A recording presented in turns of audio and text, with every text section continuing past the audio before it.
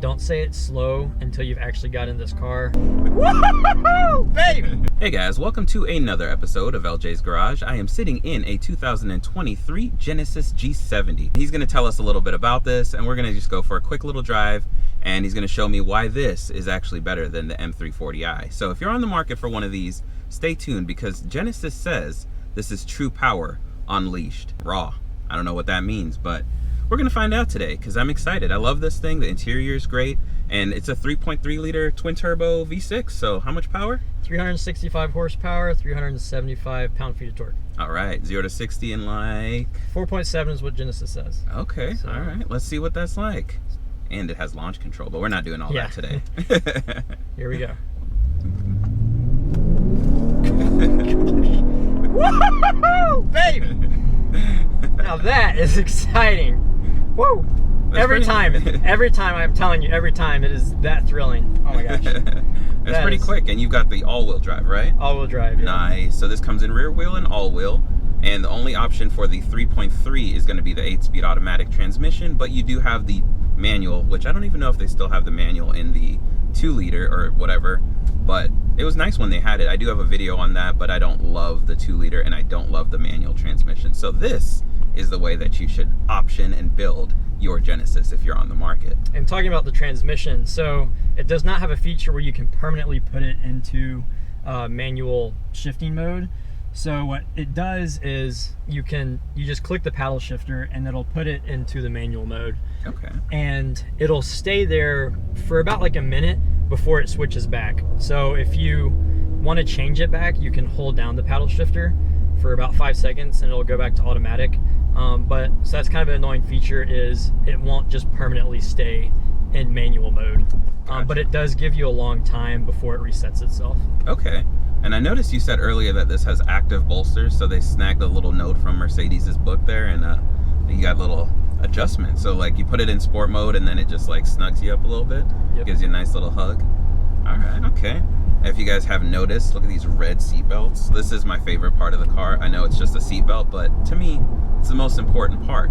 And so far, just driving through these Dayton bumpy, crappy roads, suspension, nice.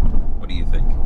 I think it's really nice. I mean, going from a 2013 Scion that basically doesn't have suspension, I mean, yeah, it's very nice, very smooth, and yeah, these roads around here do suck. So yeah, and you've got, so there's this basically comes in the standard trim. Then you've got the the Sport Advanced, and then Sport Prestige, something along those lines. Sport Advanced and then Sport Prestige. Okay, and this one has which one? Sport Prestige. Perfect. So you got everything. So that is like the active exhaust, the Brembo brakes, active dampers, so you can control the suspension and everything. Yep.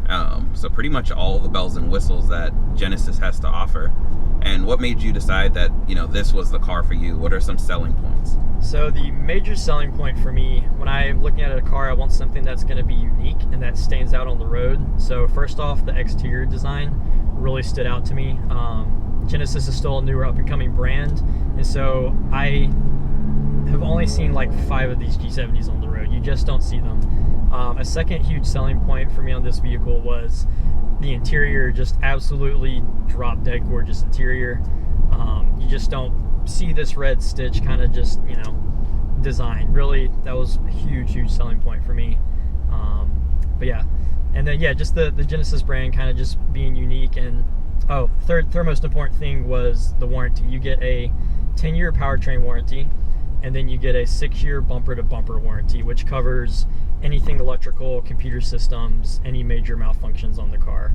So compared to the competition, I'm not trying to throw anyone under the bus, but say BMW, you're not going to get a warranty like that, and then when your warranty does run out, it's just more expensive to maintain. So I'll say those were my top 3 selling points on this car.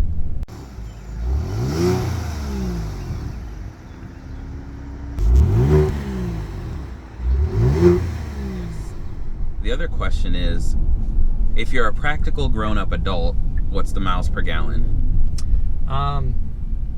If you put it in eco mode, on the highway, I've gotten 30 miles per gallon. Okay. I haven't done a ton of city driving with it, but I'm guessing you're probably going to get around 20 to 25 driving in comfort mode in the city.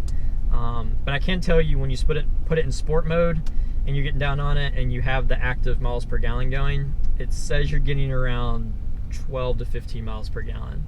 But if you're having fun, you're not too concerned about gas. Okay, sounds good. And so as far as so usually with the cars in this market, you get like performance, you get luxury, you get technology and reliability, and you usually have to pick like 3 of those things. Do you feel like this checks a lot of those boxes without having to compromise on a lot, or is there any areas that you've figured out that there's a little bit of a compromise with? The main compromise, I would say, is maybe in performance. Now, don't get me wrong, this car is a blast to drive. It's crazy fast, but the reason I say performance is it's just a really, really quiet car. I mean, this is a luxury car, but I feel like they went a little too heavy on that. I would like to see just a little bit more of a raw driving experience, more engine noise, definitely a much better sounding exhaust. We know Hyundai can make really good exhaust. Just look at the Veloster or the inline vehicles. Their inline exhausts sound really good, but I would say this does everything well in terms of luxury, technology. I would say the one major drawback, would be performance, just in terms of that raw, aggressive like drive. But again, this isn't really that type of car, so I guess I can't complain too much about that. Yeah, and how would you say the handling is? I mean, you've been able to take it on any twisties yet? I haven't done any twisty roads.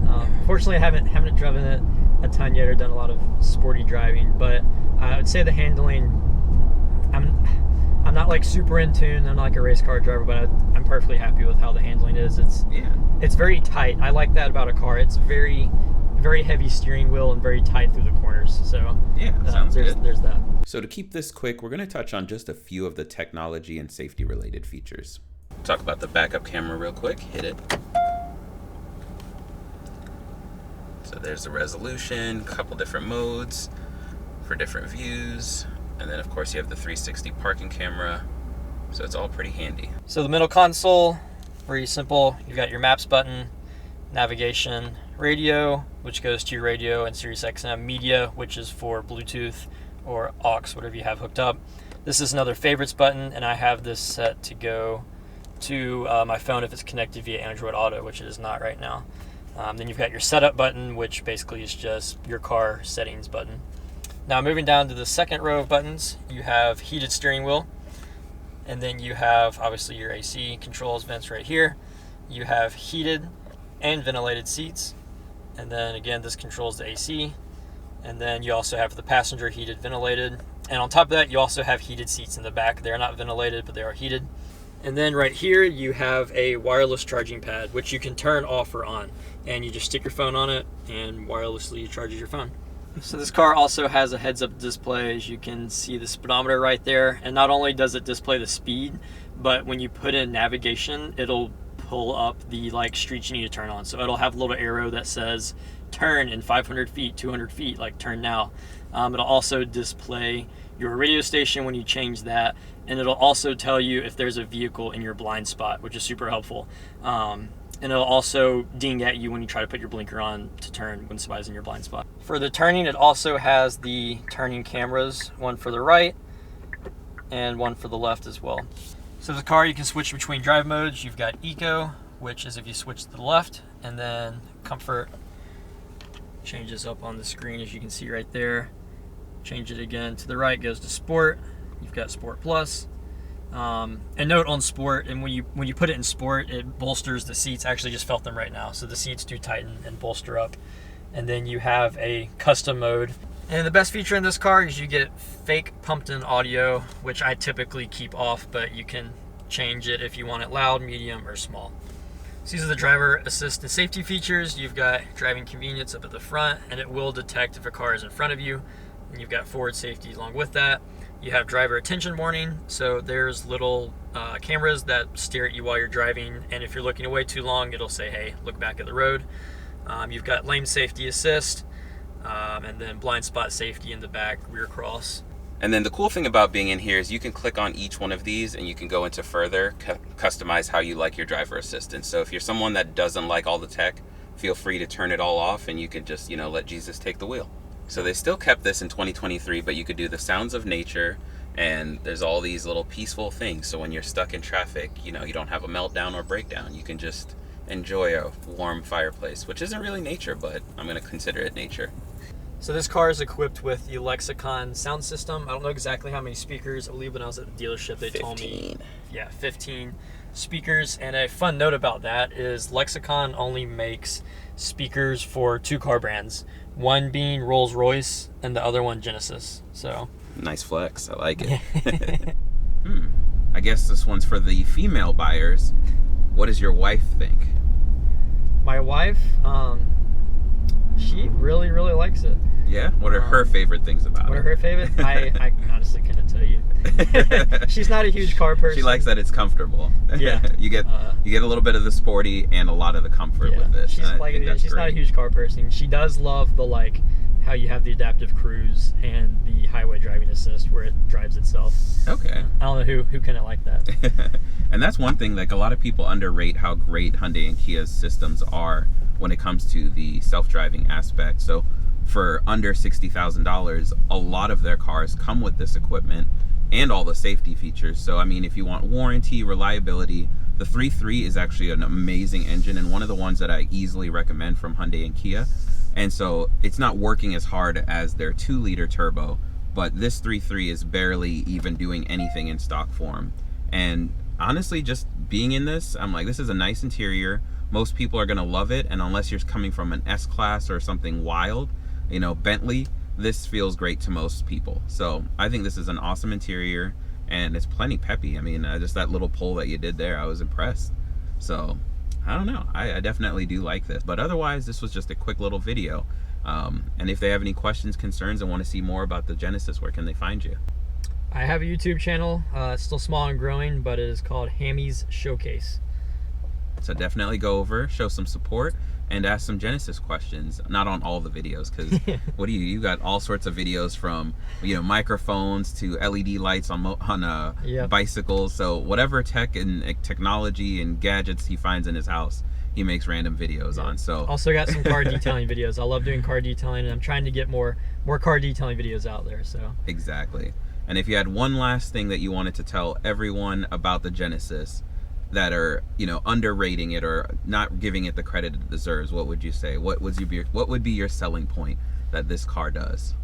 Don't knock it till you drive it. Don't say it's slow until you've actually got in this car. A lot of people say the Stinger and Genesis G70 are slow. Till you've actually driven and sat in one, you know, don't knock it till you've driven it. So I would say it's a very underrated car. You just need to go drive one, look at one in person. A lot of cars look totally different in videos compared to when you actually see them in person. And what is this color? This color is called Siberian Ice. And nice.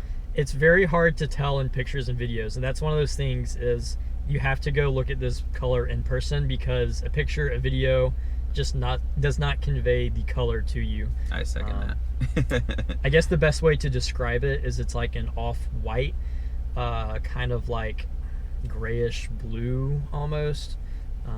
Yeah, interesting color. So yeah, well, I appreciate you stopping by on the channel and letting me take a look at this beauty. I'm in love. I think this is awesome, and I'm gonna give him a ride in the M3 after this, and we're gonna go talk some cars. So see you guys on the next one. Hit that like button, subscribe button, all that good stuff, and I will see you guys on the next one. Peace.